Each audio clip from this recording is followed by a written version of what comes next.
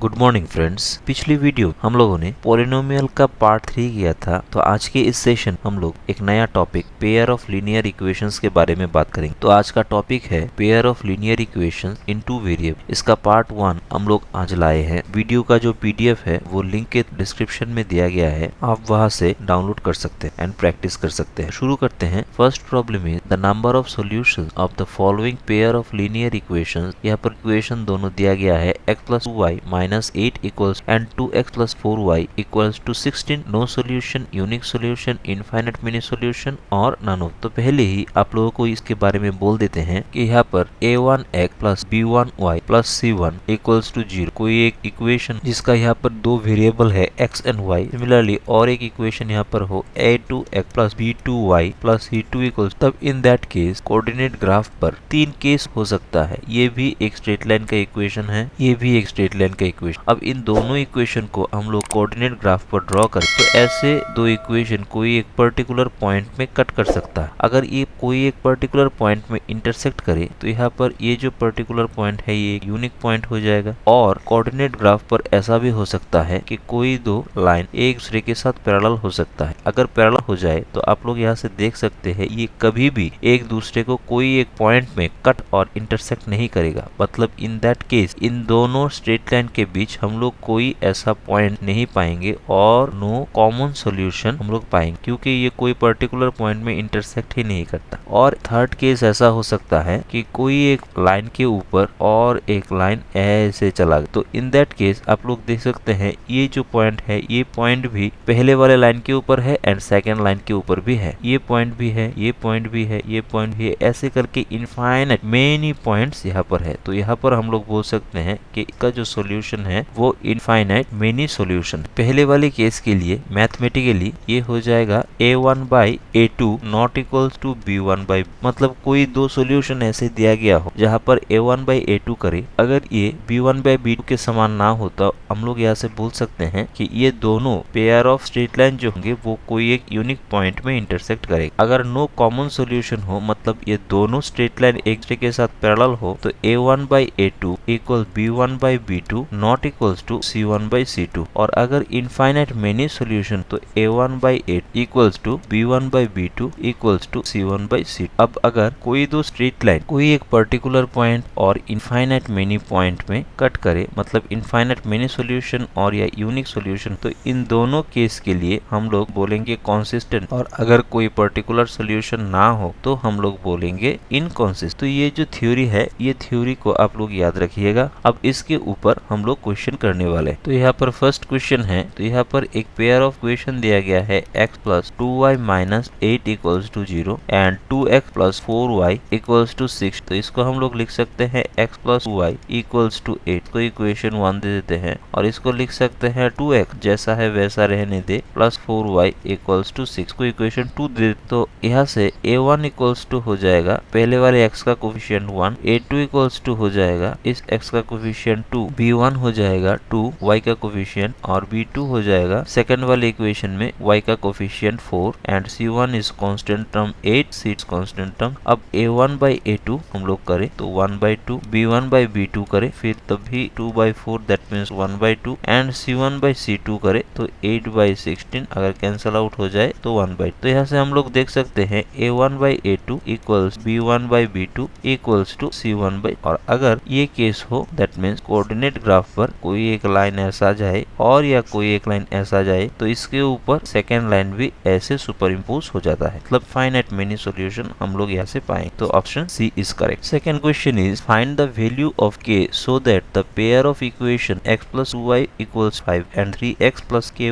plus 15 has a unique solution। यहाँ पर बोला गया है कि कोई एक पेयर ऑफ लीनियर इक्वेशन दिया गया है with two variables, को हम equation 1 and 3x plus ky plus 15 equals, ऐसा दिया गया है। तो इसको हम लोग ऐसे भी लिख सकते हैं 3x plus ky minus 15, इसको हम लोग इक्वेशन 2 दे देते हैं। अब यहाँ पर बोला गया है ये दोनों इक्वेशन कोई दो स्ट्रेट लाइन को रिप्रेजेंट करता है, जो दो स्ट्रेट लाइन कोई एक यूनिक पॉइंट में एक दूसरे को कट करता है, और यूनिक पॉइंट को अगर कट करे तो हम लोग जानते हैं a1 by 8 not equals b1 by b2 हो जाता है। तो यहाँ से a1 इक्वल्स टू हो जाता है 1, a2 इक्वल्स टू हो जाता है b1 इक्वल्स हो जाता है 2 एंड b2 इक्वल्स टू हो जाता है k। तो कंडीशन हो जाएगा a1/a2 not equals b1/b for unique solution. तो यहाँ से 1/3 not equals 2/, therefore k not equals to 6। For this condition ये दोनों line of equation unique solution provide करेंगे, मतलब ये दोनों लाइन कोई एक यूनिक पॉइंट में एक दूसरे को इंटरसेक्ट करेंगे and this is the answer. Third question is find the value of c if the system of equation cx plus 3y plus 3 minus c equals to 0 and 12x plus cy minus c equals to 0 has infinitely many solutions। मतलब ये दो straight line जो होंगे वो एक दूसरे के ऊपर कोइंसाइड हो जाएंगे, जिसके लिए यहाँ से इनफाइनाइट मेनी सॉल्यूशंस यहाँ से आ जाएंगे। और इनफाइनाइट मेनी सॉल्यूशन के लिए हम लोग जानते हैं जो कंडीशन होता है a1/a2 equals to b1/b2 equals c1/c। तो यहाँ पर जो इक्वेशन दिया गया है पहले उसे लिख लेते हैं cx plus 3y plus 3 minus c equals to 0 and फिर से 12x plus cy minus c equals to 0। तो इसको यहाँ से a1 b1 c1 लिखे। a1 equals to हो जाएगा पहले वाली इक्वेशन में x का कोफिशिएंट c, a2 हो जाएगा दूसरे वाली इक्वेशन में x का coefficient 12, b1 is 3, b2 is c, c1 is 3 minus c and c2 is only minus। तो इसको कंपेयर करें फॉर इनफाइनाइट मेनी सोल्यूशन, यहाँ से हो जाएगा c/12 equal to 3/c equal to 3 minus c minus. तो इन दोनों को कंपेयर करें c/12 इक्वल्स टू 3/c, तो ये हो जाएगा c स्क्वायर इंटू 30। तो यहाँ से c इक्वल्स टू आ जाएगा प्लस माइनस। एंड अगर इन दोनों को कंपेयर करें 3/c equals to 3 minus c by minus c, तो यहाँ से आ जाएगा minus 3c equals to 3c minus c square. तो यहाँ से लिख सकते हैं c स्क्वायर और माइनस 6c इक्वल्स टू 0। तो यहाँ से c को कॉमन ले ले, तो यहाँ से आ जाएगा c माइनस 6 इक्वल्स। तो यहाँ से आ जाएगा आइदर c इक्वल्स टू 0 और c इक्वल्स टू 6। अब इन दोनों कंडीशन को सेटिस्फाई करता है ऐसा c का वैल्यू है ओनली 6। यहाँ पर देखिए c equals to +6 and c equals +6, ये दोनों इन दोनों इक्वेशन में कॉमन। देयरफॉर हम लोग बोल सकते हैं फॉर c इक्वल्स टू +6 मतलब option A, this two line of equation provide infinitely many solution and this is the answer. Fourth question is from a stationery shop Archana brought 2 pens and 3 pens in ₹40 and Indu bought 1 pencil and 2 pens at ₹25। find the price of 1 pencil and 1 pen graphically। मतलब बोला गया है कोई एक shop से अर्चना 2 pencil and 3 pen purchase करता है ₹40 से एंड इंदू परचेज करता है 1 पेंसिल एंड 2 पेन ₹25। तो ऐसे केस में ग्राफिकली आप लोगों को निकालना पड़ेगा कि price of 1 pencil and 1 pen क्या होता है। तो मान लेते हैं cost of 1 pencil is ₹X and cost of 1 pen is ₹Y। तो Archana 2 pencil and 3 pen purchase करता है ₹40। तो एक पेंसिल का कॉस्ट अगर X है तो 2 पेंसिल का हो जाएगा X, एक पेन का कॉस्ट Y है तो 3 पेन का हो जाएगा 3। कैसे मान लेते हैं एक पेन का कॉस्ट है 5 तो 3 पेन का हो जाएगा 3 × 5 15, ऐसे कर। तो ये दोनों को मिलाकर हो जाता है 40। सिमिलरली सेकंड केस के लिए एक पेंसिल का कॉस्ट मतलब X प्लस 2 पेन का cost Y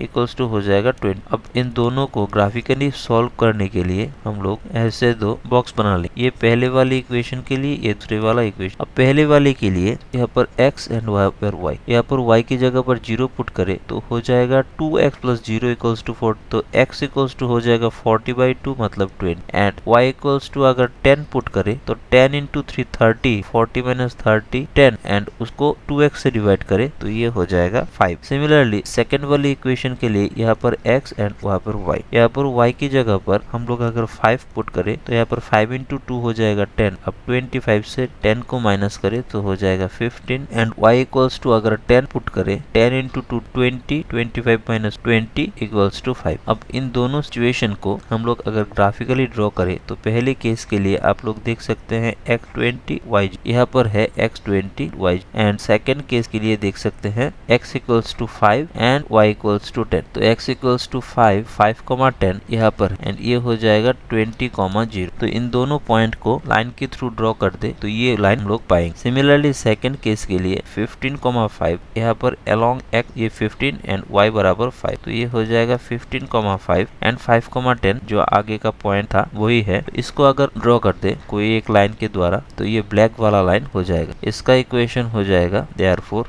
x plus 2y equals to 25 and पहले वाले का हो जाएगा यहाँ से 2x plus 3y equals to 4। अब यहाँ पर देख सकते हैं ये दोनों लाइन कोई एक पर्टिकुलर पॉइंट यहाँ पर 5,10 में एक दूसरे को इंटरसेक्ट करता करता है, देयरफॉर ये यूनिक सॉल्यूशन देगा। तो जो कॉमन पॉइंट में एक दूसरे को इंटरसेक्ट करता है उस पॉइंट का जो x कोऑर्डिनेट है वो है 5 एंड y कोऑर्डिनेट है वो है 10। और हम लोगों ने चूज किया था cost of 1 pencil is x and cost of 1 pen is y। Therefore यहाँ से हम लोग बोल सकते हैं कि cost of 1 pencil ₹5 and cost of 1 pen is ₹10। Therefore 5,10 is the required answer. 5 number is if ax plus by equals to c and lx plus my equals to n has unique solution then the relation between their be what? चारों में से क्या हो? तो यहाँ पर जो pair of equation दिया गया है ax plus by equals to c and lx plus my equals to n। Since ये यूनिक सोल्यूशन देता है तो हम लोग जानते हैं a1 by a2 not equals to b1 by b2 हो जाता है। देयरफॉर यहाँ से हम लोग लिख सकते हैं a by l not equals to मतलब x का कोफिशिएंट एंड y के कोफिशिएंट को इक्वेट करते हैं not equals to b by m। तो यहाँ से हम लोग लिख सकते हैं am not equals to l। तो यूनिक सोल्यूशन पाने के लिए ऑप्शन a इज करेक्ट हो जाएगा। 6 नंबर is half the perimeter of the rectangular garden whose length is 12 metre more than its width is 60 metre. Find the dimension of the garden. मतलब बोला गया है कोई एक रेक्टेंगुलर ऐसा गार्डन है जिसका जो पेरीमीटर है उस पेरीमीटर का हाफ करने से आ जाएगा 60 मीटर एंड इस गार्डन का जो लेंथ है वो इसके ब्रेथ से 12 मीटर ज्यादा है। ऐसी केस में इस गार्डन का डायमेंशन क्या हो? तो इसके लिए मान लेते हैं जो विड्थ दिया गया है वो है x मीटर, देयरफॉर लेंथ हम लोग कर लेते हैं y metre. According to question यहाँ पर दिया गया है y इक्वल्स टू जो लेंथ है वो ब्रीथ से 12 मीटर ज्यादा है, ब्रीथ या विड्थ बोल सकते हैं। तो ये एक इक्वेशन आ जाता है जहाँ पर लिख सकते हैं x minus y plus 12 equals to 0। अब इसका पेरीमीटर करें रेक्टेंगुलर का तो half into perimeter of rectangular garden यहाँ पर दिया गया है 60 मीटर। तो हम लोग जानते हैं रेक्टेंगुलर गार्डन का पेरीमीटर का फॉर्मूला हो जाता है 2 into length plus breadth. Length है y मीटर एंड ब्रेथ है x मीटर इक्वल्स टू इसका अगर हाफ कर ले हाफ ऑफ द पेरीमीटर तो ये इक्वल्स टू आ जाएगा 60। तो यहाँ से 2 कैंसिल आउट हो जाएगा और x प्लस y इक्वल्स 6 को इक्वेशन 2 दे देते हैं। अब इक्वेशन 2 एंड 1 के कैलकुलेट कर लेते हैं x minus y equals to -12 and x plus y equals to 6। यहाँ पर एक दूसरे को ऐड कर दे तो आ जाएगा x इक्वल्स टू 48 और x इक्वल्स टू आ जाएगा 20। अब x का वैल्यू कोई इक्वेशन में लाकर बिठा दे, सपोज इक्वेशन 1 में ही बिठा देते हैं। From equation 1 24 minus y plus 12 equals to तो y इक्वल्स टू आ जाएगा यहाँ से 30। देयरफॉर जो डायमेंशन होगा वो हो जाता है लेंथ इंटू ब्रेथ, मतलब लेंथ है यहाँ पर 16 इंटू ब्रेथ और विड्थ है यहाँ पर 20 metre square and this is the answer. 7th question is find whether the line representing the following pair of linear equations intersect at a point are parallel और कोइंस। मतलब यहाँ पर दो इक्वेशन ऐसे दिया गया है 2x minus 3y plus 6 equals to 0 and 4x minus 5y plus equals to. अब इन दोनों में से ये जो दो इक्वेशन ऑफ लाइन होंगे ये एक दूसरे को यूनिक पॉइंट में कट करेगा और पैरेलल होगा और कोइंसिडेंट होगा एक दूसरे के ऊपर को आप लोगों को निकालना है। तो यहाँ पर a1 हो जाएगा x का कोफिशिएंट 2, a2 हो जाएगा सेकंड इक्वेशन से x का coefficient. Similarly b1 equals to -3, b2 equals to -5, c1 equals to 6, c2 equals to 2। तो यहाँ से हम लोग देख सकते हैं a1 by 8 equals 2 by 4 1 by and b1 by equals -3 by -5 that means 3 by 5। Therefore a1 by a2 not equals to b1 by b2 हो जाता है। Therefore ये जो दो इक्वेशन ऑफ लाइन होंगे इन दोनों इक्वेशन ऑफ लाइन मिलकर कोई एक पर्टिकुलर पॉइंट में इंटरसेक्ट करेगा, मतलब ये यूनिक सॉल्यूशन प्रोवाइड करेगा and this is the answer. 8 number is the sum of digits of 2 digit number is 12। The number obtained by interchanging the 2 digits exceed the given number by 18। Find the number. मतलब बोला गया है the sum of digit of a 2 digit number is 12। मतलब कोई एक number ऐसा हो, suppose को हम लोग मान लेते हैं 20, तो 26 को हम लोग ऐसे भी लिख सकते हैं 2 इंटू 10 प्लस 6 इंटू 1। मतलब डिजिट के प्लेस के लिए 1 एंड 10 के प्लेस के लिए 10। तो 2 इंटू 10 20 प्लस 6 इंटू 1 6, तो 20 प्लस 6 20। तो इसका जो दो डिजिट है एक है 2 एक है 6। तो ऐसे ही हम लोग मान लेते हैं कोई एक नंबर का दो डिजिट ऐसा है x एंड y। तो इन दोनों का सम करे यहाँ पर दिया गया है 12, जैसे कि 6 प्लस 2 करे तो 8 ऐसा है। तो ये एक इक्वेशन हो जाता है। अब ये जो नंबर है इस नंबर को हम लोग कैसे रिप्रेजेंट कर सकते हैं? इसको हम लोग रिप्रेजेंट कर सकते हैं as a x into 10 plus y into 1। जैसे 26 को रिप्रेजेंट कर सकते थे 2 इंटू 10 प्लस 6 इंटू 1। ऐसे ही इन दोनों डिजिट को अब इंटरचेंज करे जो नंबर आएगा वो होगा y into 10 plus x into 1। अब ये जो रिजल्टेंट नंबर आया, ये रिजल्टेंट नंबर इस गिवन नंबर से 18 ज्यादा है। मतलब ये गिवन नंबर के साथ हम लोग अगर 18 ऐड करें तो ये रिजल्टेंट नंबर आए। तो यहाँ से हम लोग लिख सकते हैं 10y प्लस x, इसको लेफ्ट हैंड साइड में लेके जाए 10x plus y equals to 8। तो यहाँ से हो जाएगा 10y plus x minus 10x minus y